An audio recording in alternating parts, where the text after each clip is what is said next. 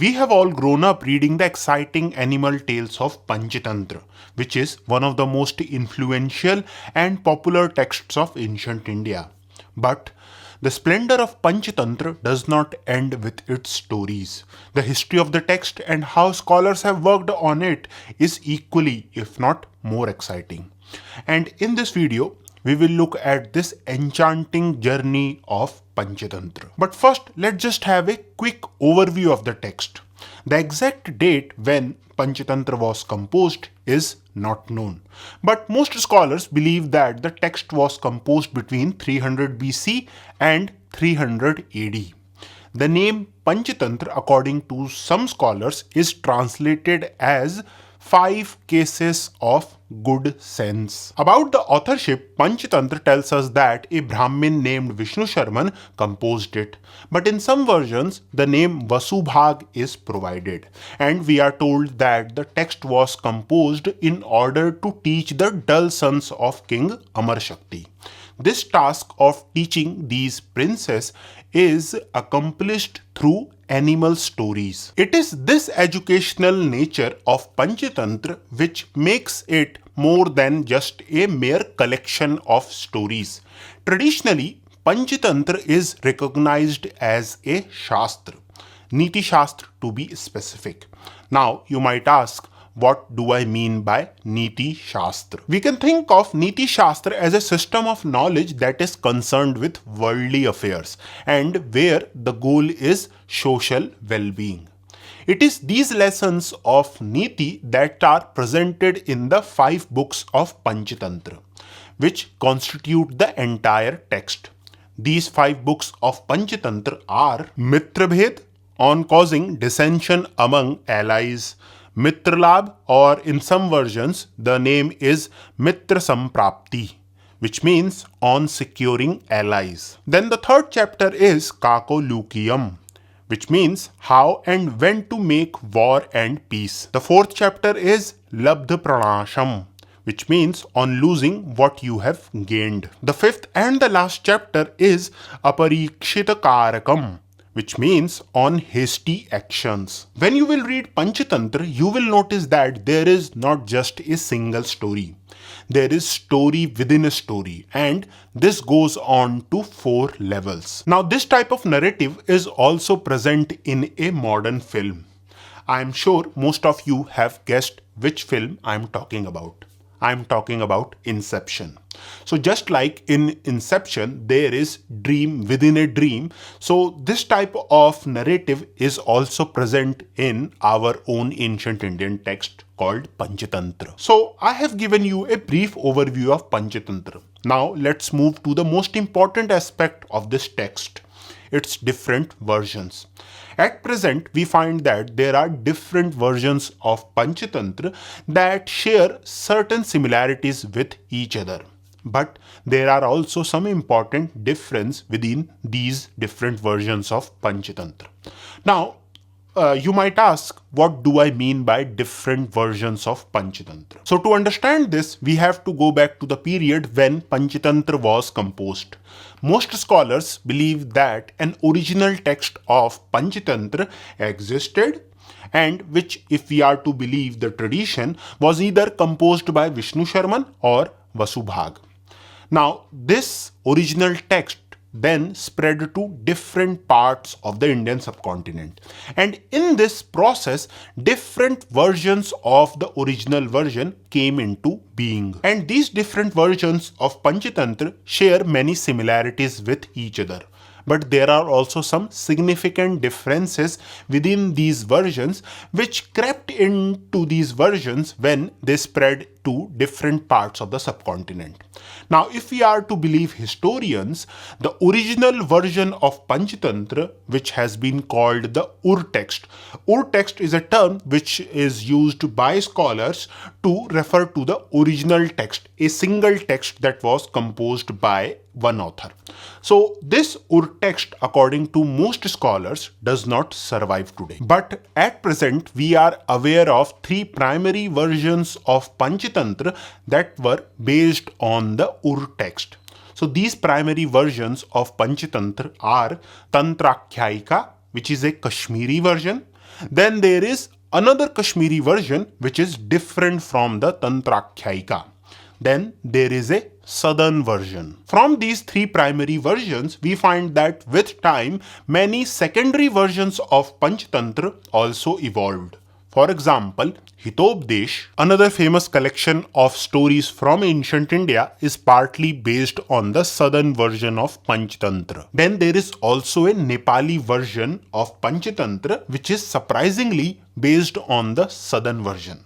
Now this is quite strange because generally we would assume that since Nepal is geographically closer to Kashmir and there are two primary versions of Panchatantra that are situated or that were written in Kashmir, so it is quite natural to assume that the Nepali version would also be based on one of the two Kashmiri versions. But that is not what we find. And the reason why the Nepali version is based on the southern version is because of southern Brahmins. We all know that in the royal temples of Nepal, southern Brahmins were present.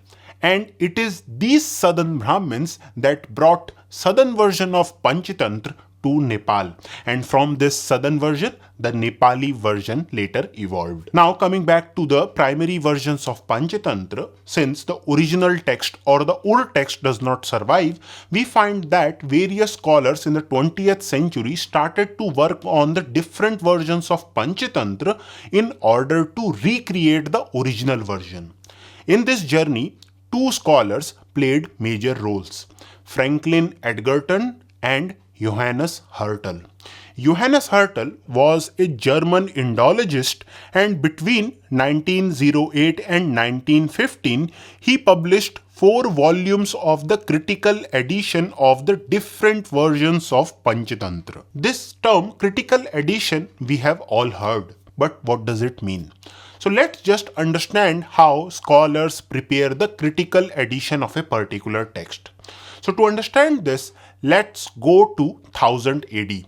There is a text called A, and the text was written on palm leaves. Since the author has used palm leaves, it is quite possible that in the next 50 years the text will not survive. So in order to preserve the text, 5 copies of it were created. Now, in these 5 copies, it is quite natural that some mistakes in the copying process would creep in because there are no photocopying machine. So there is a high possibility that there will be some mistakes in the copied version. But the amount of mistakes would be quite minimal because those who are copying the text had the original text. Now, let's just move 500 years forward. This time, the original text does not survive and we have only copies. And these copied versions are not present at the same place. They have traveled to different parts of the subcontinent. And in these different parts, from these copied versions, many other copies were also created. Now, it is quite natural to assume that in these later copies, the amount of mistakes would be quite higher, because those who are now copying the text did not have the original version to refer to. So this is the situation, and at present a scholar is working on this text A. And when he researches about this text, he finds that the original text A does not survive. And of the 5 copies of the original text that were created, only 3 survives. He also finds some later versions which were created from the 5 primary copies. And now this scholar wants to recreate the original version, or he wants to write the critical edition of the text. So what this scholar would do is that he will collect all the versions that are present. And let's just assume that in total he has 10 versions of the text.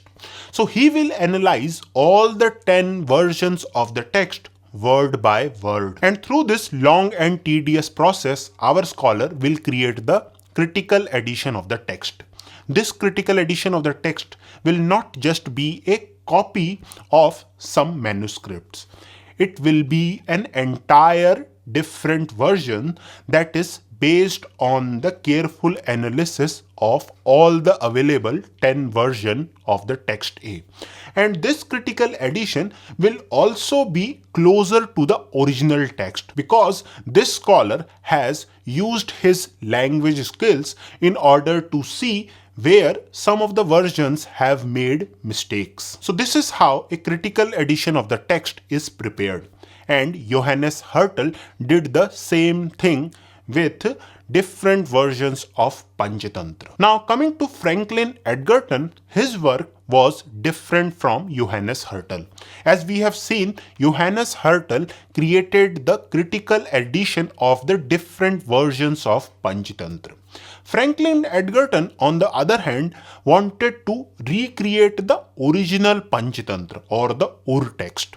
And in this process of recreating the original version, Franklin Edgerton not only analyzed the critical editions that were prepared by Hertel, but he also analyzed other versions. In total, there were 8 versions of Panchatantra which Edgerton used to recreate the original Panchatantra. Now I will try to show what kind of process Franklin Edgerton followed to recreate the original Panchatantra. So let's just say we have this shlok of Panchatantra. What Edgerton did was he took a part of this shlok and called it a unit. And he also noted the language and the position where this unit is located in a single version. In the case of this shlok, it is the second shlok of book first. So having located the location of where this unit appears,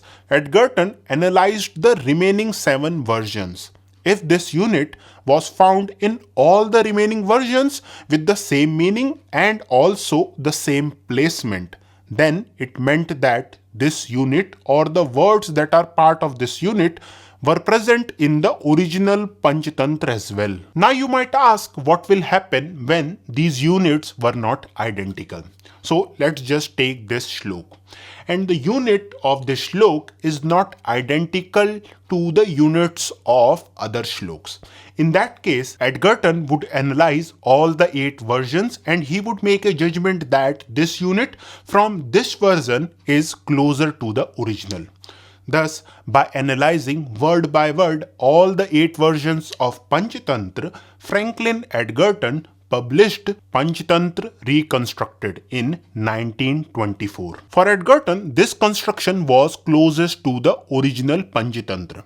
And about this original Panchatantra, Edgerton writes, the original Panchatantra turned out to have been a finer work artistically than any of its descendants. He also adds that when they, the later versions, depart from the original, they almost always make it worse. Now I have just given you an idea of how exciting this journey of Panchatantra was. You can watch this space where I did a deep dive about how Panchatantra was recreated and other aspects of Panchatantra's history. If you like this channel, do subscribe. Thank you for watching.